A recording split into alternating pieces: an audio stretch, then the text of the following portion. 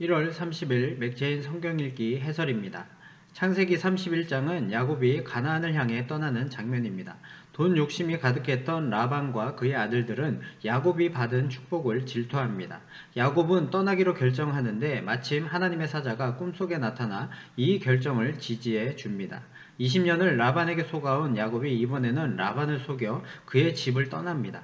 라반이 그 사실을 알고 야곱을 잡아 죽이고 재산을 약탈하기 위해서 쫓아갔습니다.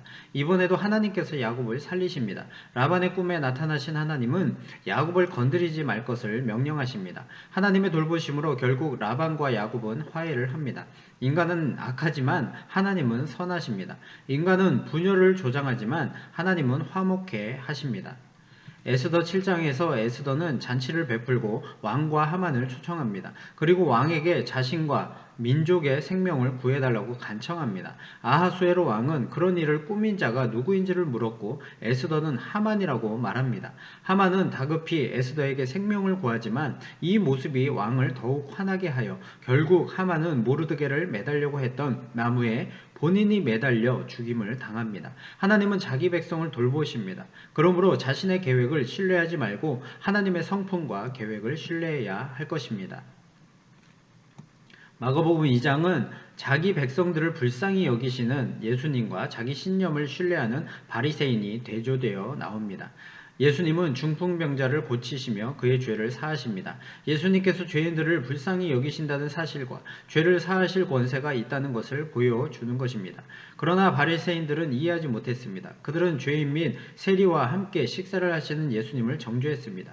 금식도 하지 않고 안식일에 이삭을 잘라 먹는 제자들도 정죄했습니다. 예수님은 율법을 통해 자기 의의를 세우고자 했던 바리새인들의 교만과 위선을 지적하시고 율법의 목적이 예수님 자신을 향하고 있다는 것을 가르치셨습니다. 율법은 하나님을 사랑하는 수단이지 하나님께 사랑받는 수단이 아닙니다. 율법 자체를 신앙으로 붙들고 있는 사람들이 있다면 속히 회개하고 그리스도를 신앙으로 붙들어야만 할 것입니다. 로마서 2장은 겉으로 꾸며진 모습에 속지 않으시는 하나님을 보여줍니다. 당시 유대인들은 율법을 의지하였고 이를 통하여 하나님의 뜻을 알고 가르친다는 사실을 매우 뿌듯해 했습니다.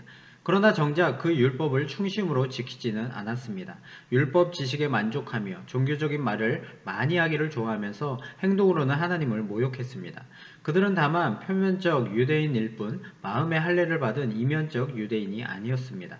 우리는 항상 말씀을 받을 수 있는 부드러운 마음을 유지해야 할 것입니다. 그것을 위해 성령의 도우심을 구하며 기도해야 하는 것입니다. 마음속에 야곱, 라반, 하만 같은 마음이 있다면 우리는 회개해야 합니다.